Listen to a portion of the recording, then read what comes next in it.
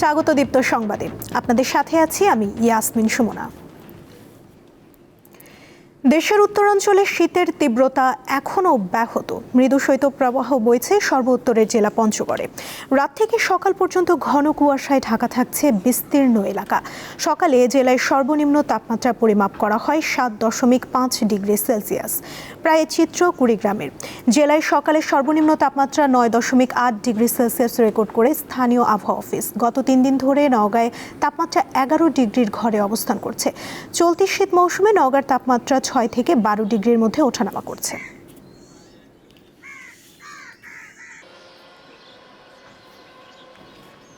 স্বর্ণের দাম বাড়ায় বিকল্প হিসেবে ইমিটেশনের গহনার বড় কেন্দ্র হয়ে উঠেছে সাভারের ভাকুরটা গ্রাম।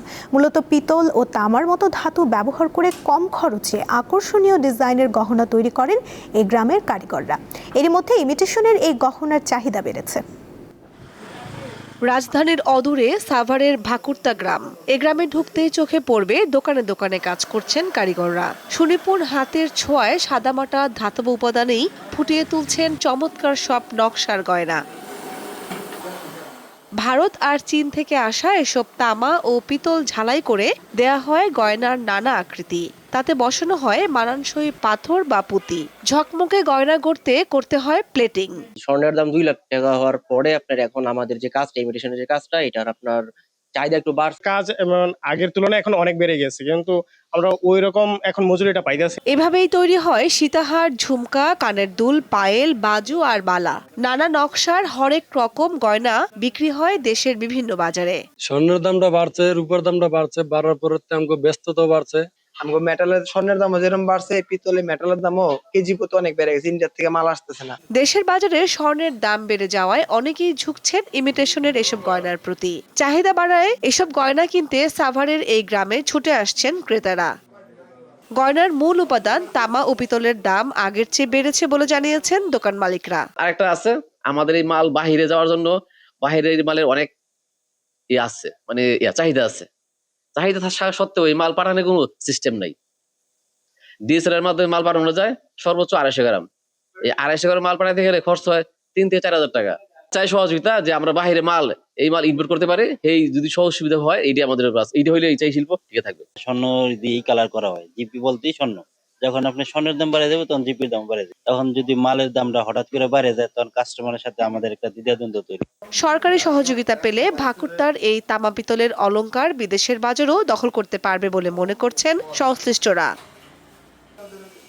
কামরুন নাহার, দীপ্ত, বার্তা কক্ষ।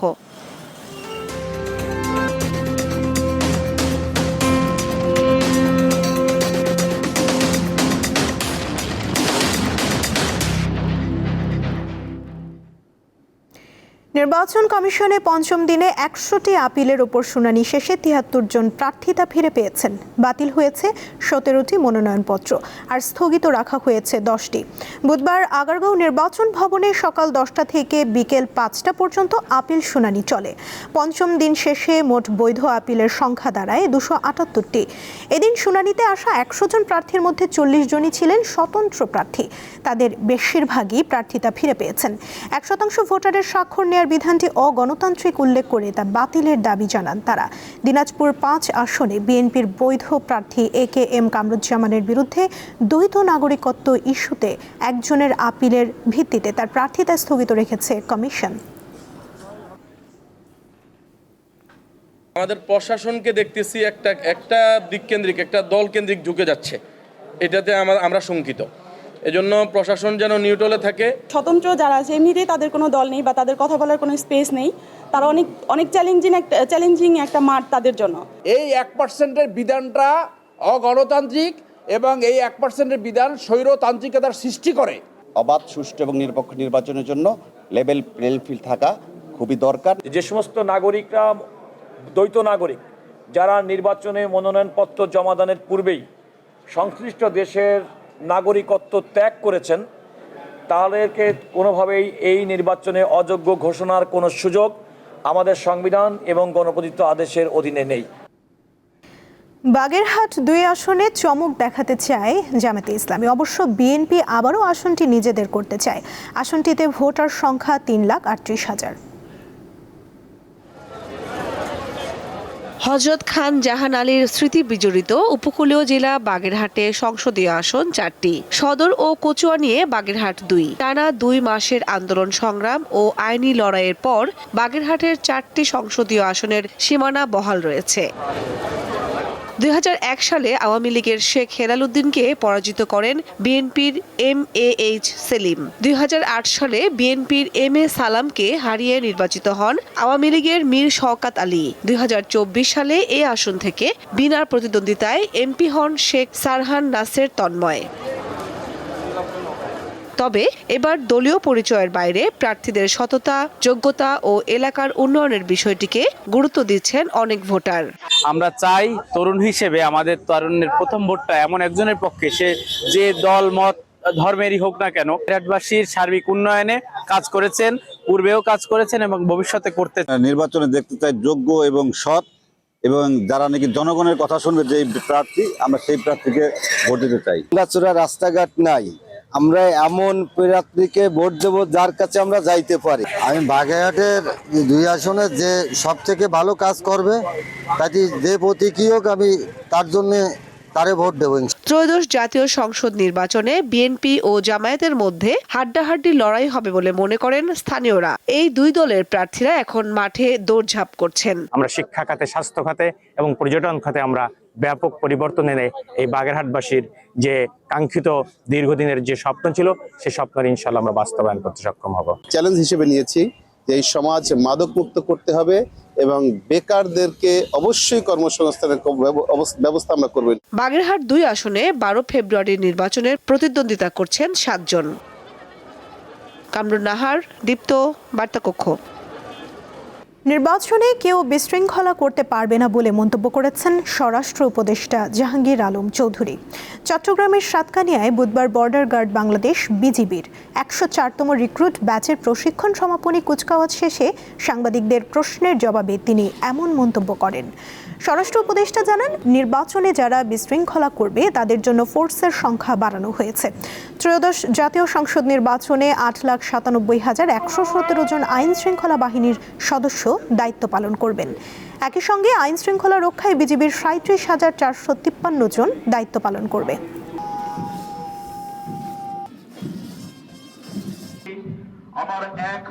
অলরেডি বাহিনী মোতায়েন আছে।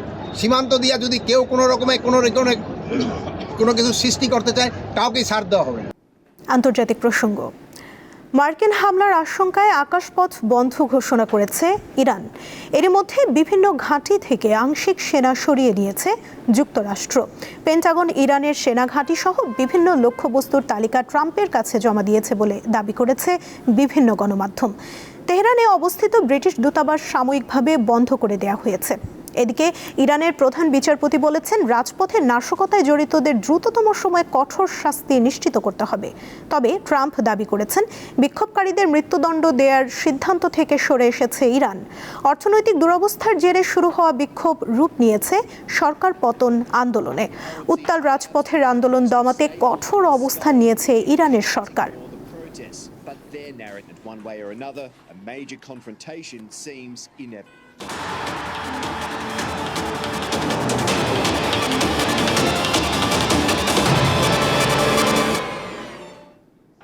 খেলার খবর।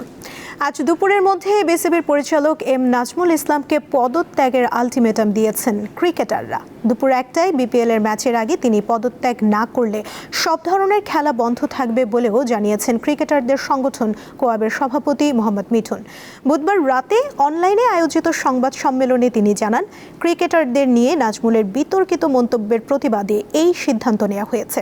এর আগে জাতীয় দলের সাবেক অধিনায়ক তামিম ইকবালকে ফেসবুক পোস্টে ভারতীয় দালাল লিখে সমালোচনার মুখে পড়েন নাজমুল।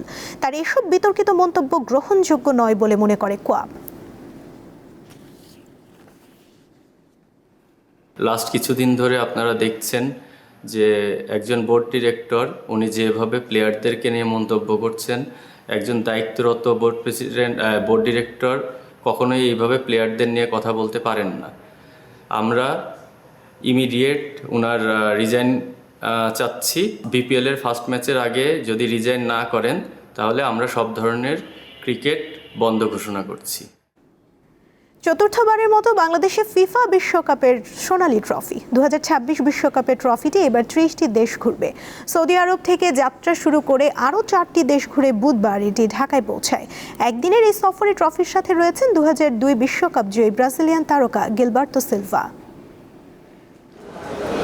সরাসরি বিশ্বকাপের সোনালী ট্রফি দেখতে কেমন? কিংবদন্তিদের স্পর্শ পাওয়া এই শিরোপা ছুঁয়ে দেখলে কি কোনো বিশেষ অনুভূতি হয়? 18 ক্যারেটের বিশ্ব ফুটবলে ট্রফিটির সাথে ছবি তোলা বিশেষ মুহূর্তটাও একেবারেই ভিন্ন। এটা অকল্পনীয় একটা বিষয় আমার মনে হয় সবার জন্য, সবার চোখে মুখে এক্সাইটমেন্ট। ফুটবল খেলানো অনেক বাড়বে, শুধু যারা ফুটবল দেখে খেলবে না, সব বাচ্চারা খেলতে যাবে।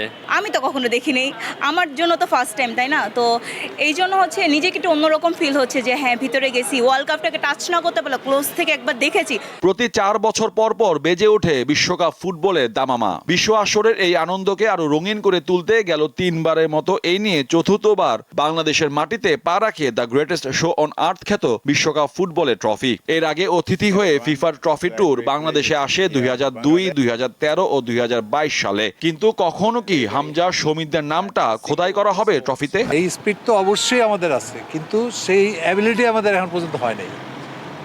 আমরা যাব ওয়ার্ল্ড কাপে, এটা তো আমার জেনারেশন না পাবো, নেক্সট জেনারেশন পাবে, নেক্সট জেনারেশন পাবে, আরেক জেনারেশন পাবে। সেটা সময় অনেক লাগতে পারে, কিন্তু সেটাও সম্ভব।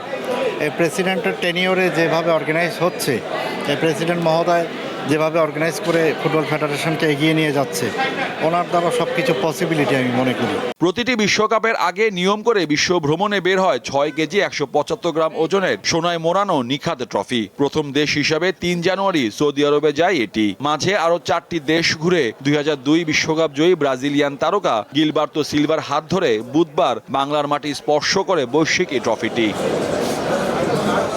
বিমানবন্দরে 3 ঘন্টার আনুষ্ঠানিকতা শেষে ট্রফি নেওয়া হয় রাজধানীর 5 তারকা হোটেলে। সেখানে আগে থেকেই অপেক্ষায় ছিলেন সাধারণ মানুষ। দেশের সামগ্রিক পরিস্থিতি বিবেচনায় শুধুমাত্র নির্বাচিত দর্শকরা ট্রফির সাথে ছবি তোলার সুযোগ পান। বিশ্বের 30টি দেশের 75টি স্থানে প্রদর্শিত হচ্ছে বিশ্বকাপ ট্রফি। বৃহস্পতিবার সকালে দক্ষিণ কোরিয়ার উদ্দেশ্যে ঢাকা ছাড়বে সবশেষ লিওনেল মেসির স্পর্শ পাওয়া ট্রফিটি। মোহাম্মদ হাসিব, দীপ্ত স্পোর্টস, ঢাকা।